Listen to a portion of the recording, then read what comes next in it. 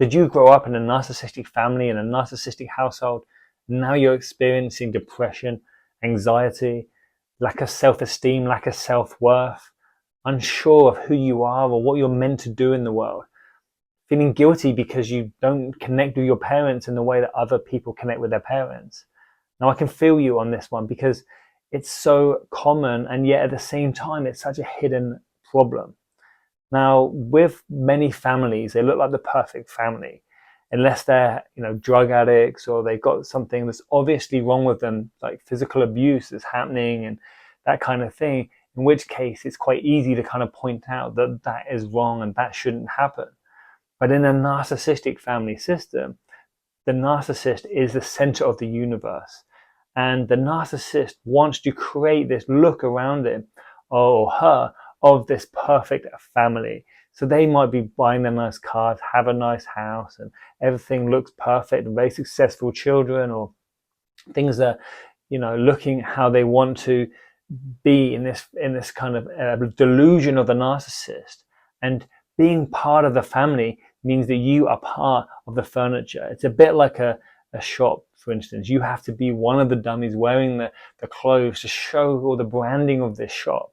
Yeah, you are showing the branding of the narcissist, and the narcissist is in the middle. Now, this can be so damaging because every person in that family will be given a different role to serve the narcissist in some form or another, to serve some need, some emotional need of the narcissist. Now, the first one we see is the enabler. And the enabler is often the person who's the closest to the narcissist. So this is often the partner, the spouse. This is this person who has, control of the family too.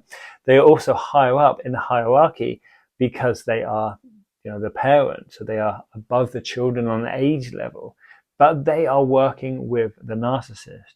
Now they might be narcissists too, or they might have just learned narcissistic tactics, because it's easier to fit into a narcissistic system than it is to fight it. Now, this person will be doing the bidding for the narcissist. So the way the narcissist then chooses the children's different roles in that family, the narcissist's enabler will also be accepting the rules of these different children. Now, if you are finding yourself in a narcissistic relationship and you find that you are taking on this enabler role as the other parent, obviously, if you can get away from the narcissist, then do it. If you can wake up and find a way to, to take your kids away, to look after them, then do it. But obviously, this is going to be a tougher battle and it does take hard work.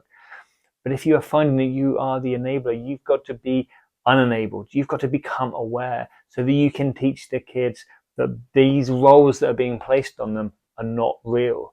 You've got to give them unconditional love so that they grow up healthy and happy and believing in themselves rather than just believing whatever it is that the narcissist tells them they are.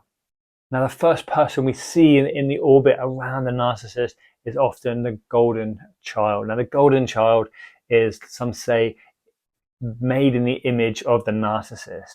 So the narcissist will see this golden child as their favorite, and it will choose that child based on whatever is most important to the narcissist. So if the narcissist values intellect, this child, if it is intellectual, it will be seen as the golden child. You're the most clever, you're the most intelligent, your brothers and sisters are stupid compared to you. And they will give them this role. And yet the other children, they will then be downgraded into this second class kind of citizen role. Whereas this golden child, as long as it lives up to the expectations, as long as it's always getting marks, top marks and winning everything and being successful and, keeping the image, the branding of the narcissist successful, as long as they're doing that, then they will keep this golden child role in the narcissistic family. Now, next we have the scapegoat. Now, the scapegoat is that child who doesn't follow the rules, that child who normally can see a little bit more what's going on, asks questions, is maybe a little bit more disruptive, and doesn't follow the hardline rules of the narcissist. This child, maybe it's the oldest and it's just grown up a bit quicker than the others, or maybe it's just the youngest and it's asking, why are we doing this? Why? It's just more inquisitive. And this scapegoat becomes the scapegoat based on the fact that it's causing difficulties. It's exposing the truth. And the narcissist doesn't want the truth to be exposed, or doesn't want the universe or the world to shut down. So to do this, it has to blame everything on someone. And this person, this scapegoat, takes the blame. This becomes the punching bag of the family, if you will, because the other kids as well, they will learn that the safest way for them to operate, to protect themselves, to not get the wrath of the narcissist, is to blame it on this child. Or they'll just copy the narcissist. It's so normal to model our parents, to model, because we grow up believing that what we see as our first, parent, first model, is the way that we should be and the way we should treat others. Now, another role that we might see is the surrogate parent.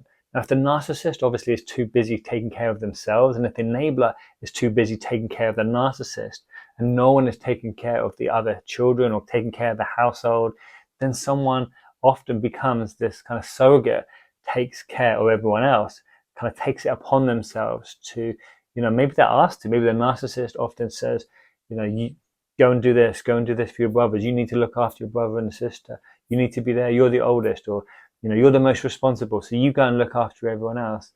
Go and pick up so-and-so's medication. This is what happens with the surrogate. And the surrogate takes on this role, this kind of purpose in the system, which means that everyone then looks to this person as the responsible one. And this person then goes, spends the rest of their life kind of feeling responsible for other people, never really allowing themselves to have that life where they're looking at themselves like, who am I?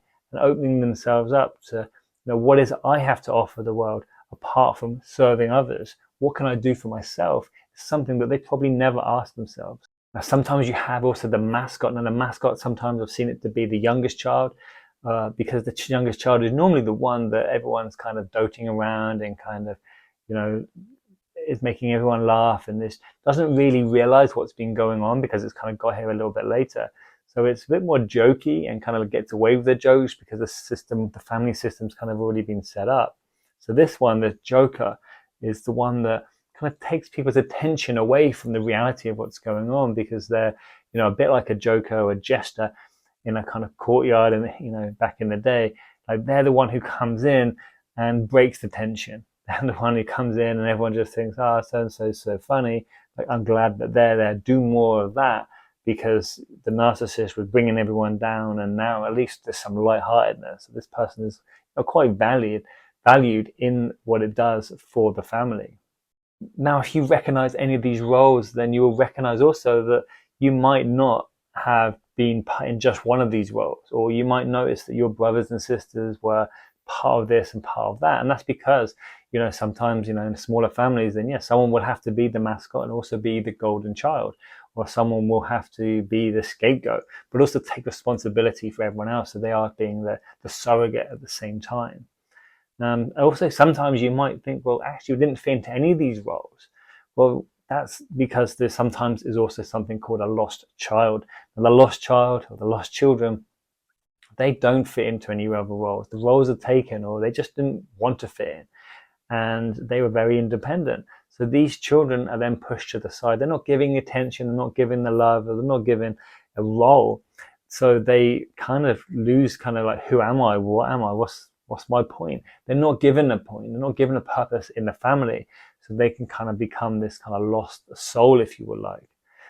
Now, all the children in the family, including the enabler, can or will end up, with mental health problems, will end up feeling or behaving in a certain way because of these roles that they're given. Because the roles that we're given when we're a child create the adult that we become, whether it means we become more people pleasers, whether it means we become the sort of people who, have to fight for attention, and we're always trying to get some validation because we never received it as a child in the system. Maybe we become very OCD or very anal in certain situations. Maybe we become quite narcissistic ourselves because we've learned that is a way to get what we want. Maybe if you're the golden child, maybe you become a bit entitled because everyone's kind of always said that you are entitled to everything, that you should be successful. Maybe you become a perfectionist because, in a narcissistic family, nothing less than perfection is accepted. Everyone has to be perfect, and trying to live this perfect life and then going into adulthood and trying to recreate this perfect life, believing that everything should be perfect, can be extremely detrimental, extremely stressful. Now, if this is you and you're finding life very stressful, then please remember that it doesn't need to be this way. These are only lies, these are only stories, these are only ideas that have been told to us by someone who was hurt themselves, a narcissist who didn't understand that they had probably been through a whole lot of narcissistic parenting themselves. And this is your opportunity to break that cycle. Knowing about it, learning about it is how we break that cycle. Now, if you found this video useful, please subscribe. And if you want to learn more, you want to get in contact, then please look at the links above. And we would love to serve you and help you to break free and become who you can become. Don't let your life become controlled because of your past, because of a narcissist. You deserve more than that. You deserve better.